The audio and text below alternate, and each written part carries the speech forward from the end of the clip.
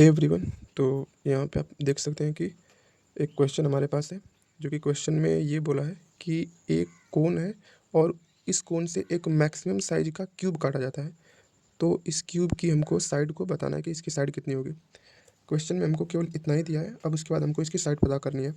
यहाँ पे इसकी हाइट दे रखा है, ये जो कोन है इसकी हाइट दे रखा है आपको एच सेंटीमीटर। तो मैं इसको ड्रॉ कर देता हूँ, यानी कि ये हो गया आपका एच। और यहाँ से यहाँ तक ये जो कोन है, इस कोन की रेडियस आपको दे रखी है आर।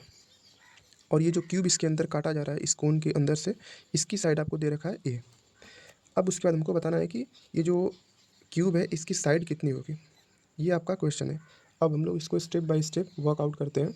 तो सबसे पहले आप यहाँ पे देखेंगे कि ये जो साइड है इस क्यूब की वो आपको ए दे रखा है। तो इसका मतलब ये साइड और ये सभी चारों साइड ये आपस में ए ए ही होगा, मतलब सेम होगा, क्योंकि ये एक प्रकार से स्क्वायर ही है।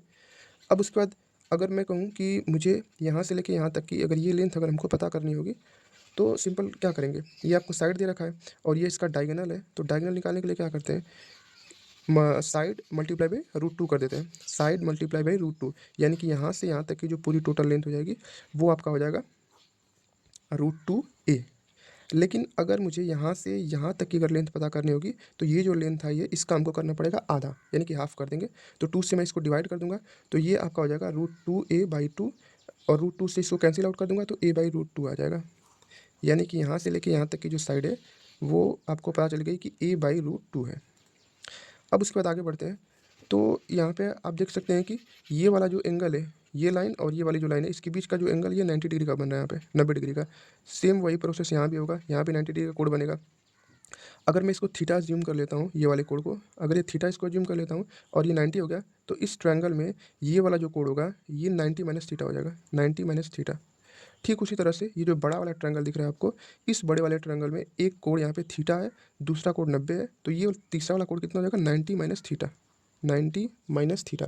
अब उसके बाद हम लोग क्या करेंगे, अब देख सकते हैं कि ये जो दोनों ट्रायंगल आपको दिख रहा है, एक छोटा वाला ट्रायंगल और एक बड़ा वाला ट्रायंगल, ये दोनों ट्रायंगल सिमिलर हो गए, क्योंकि यहाँ पे इनके एंगल जो है करस्पॉन्डिंग एंगल वो सब आपस में बराबर हो गए। ये थीटा है पहले वाले ट्रायंगल के लिए, छोटे वाले ट्रायंगल के लिए। अगर बड़े वाले ट्रायंगल को देखें तो इसमें भी ये वाला एंगल थीटा ही है, यानी कि ये कॉमन एंगल हो गया। उसके बाद छोटे वाले ट्रायंगल में यहाँ पे 90 डिग्री का कोण बन रहा है, बड़े वाले में भी 90 डिग्री का बन रहा है। अगर किसी भी दो ट्रायंगल के दो एंगल सेम हो गए तो थर्ड एंगल तो ऑटोमेटिक आपस में बराबर ही हो जाता है। तो इस प्रकार से मैं बोल सकता हूँ कि जो छोटा वाला ट्रायंगल है और ये जो बड़ा वाला ट्रायंगल, ये दोनों आपस में सिमिलर हो गए। तो मैं यहाँ पे इसको लिखता हूँ, यानी कि जो स्मॉल ट्रायंगल आपको दिख रहा है, स्मॉल ट्रायंगल, और जो आपका लार्ज ट्रायंगल है, ठीक है, लार्ज ट्रायंगल, ये दोनों आपस में सिमिलर हो गए, ठीक है, सिमिलर। अब जब सिमिलर हो गए तो यहाँ पे सिमिलरिटी लगा देते हैं, आराम से इसकी साइड को हम लोग पता कर सकते हैं। अगर मैं पहले छोटे वाले ट्रायंगल की बात करता हूँ, छोटे वाले ट्रायंगल में थीटा के सामने आपको साइड दिख रही है ए अपान रूट टू। छोटे वाले ट्रायंगल में थीटा के सामने साइड आपको दिख रहा है ए अपान रूट टू। और बड़े वाले ट्रायंगल में थीटा के सामने साइड क्या दिख रही है, ये आपको साइड दे रखा है आर, तो इसके बटे में लिख देंगे हम लोग कैपिटल आर इक्वल टू। अब उसके बाद हम लोग बात करेंगे कि ये जो छोटा वाला ट्रायंगल है, यहाँ पे जो 90 माइनस थीटा वाला जो कोण बन रहा था, इसके सामने की साइड क्या है। तो अगर आप इसको ध्यान से देखेंगे तो यहाँ से यहाँ तक की जो पूरी साइड थी, ये पूरी साइड आपको यच दे रखा था, और उसमें से भी यहाँ से यहाँ तक की जो साइड हमको पता है ना, ये आपको ए दे रखा है। तो इसका मतलब यहाँ से यहाँ तक अगर ये साइड ए है, तो जो ऊपर की जो साइड होगी वो कितना हो जाएगा, एच में से ए को माइनस कर देंगे, यानी कि यहाँ से यहाँ तक की जो साइड हो जाएगी वो एच माइनस ए हो जाएगा। आपको फिगर में देखने के बाद ऐसा लग रहा होगा कि ये साइड तो केवल यहीं तक है।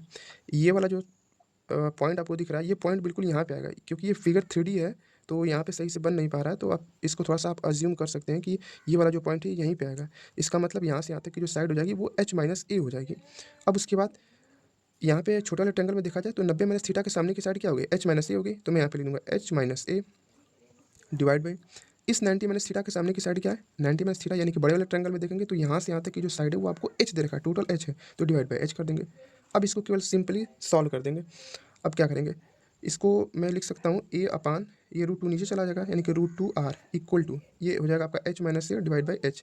अब क्रॉस मल्टीप्लाई करते हैं इसका, ए का मल्टीप्लाई एच में करेंगे तो ए एच हो जाएगा equal to root two r का इसमें करेंगे तो हो जाएगा root two r h minus, अब इसका इसमें कर देते हैं तो रूट टू आर ए।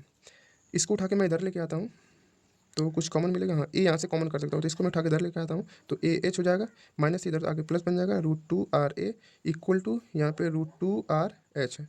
यहाँ से ए को मैं कॉमन कर लेता हूँ, तो ए को जैसे कॉमन करूँगा तो यहाँ पे बचेगा केवल एच प्लस और रूट टू आर बच जाएगा equal to under root two r h. यहाँ से ए की वैल्यू को फाइंड आउट कर सकते हैं इजीली। ए इक्वल टू क्या हो जाएगा आपका, ये आपका √2r(h) पहले से, और ये आपका चला जाएगा डिवाइड में, यानी कि h प्लस √2r। ये हो गई आपके क्यूब की मैक्सिमम साइड, यानी कि जो ये कोण था आपको दिख रहा था ये कोण, इस कोण के अंदर जो भी क्यूब बनाया जाएगा उसकी जो मैक्सिमम साइड होगी वो आपका √2r(h) divide by h plus 2 √2r होगा। ये आपका आंसर है। Thank you.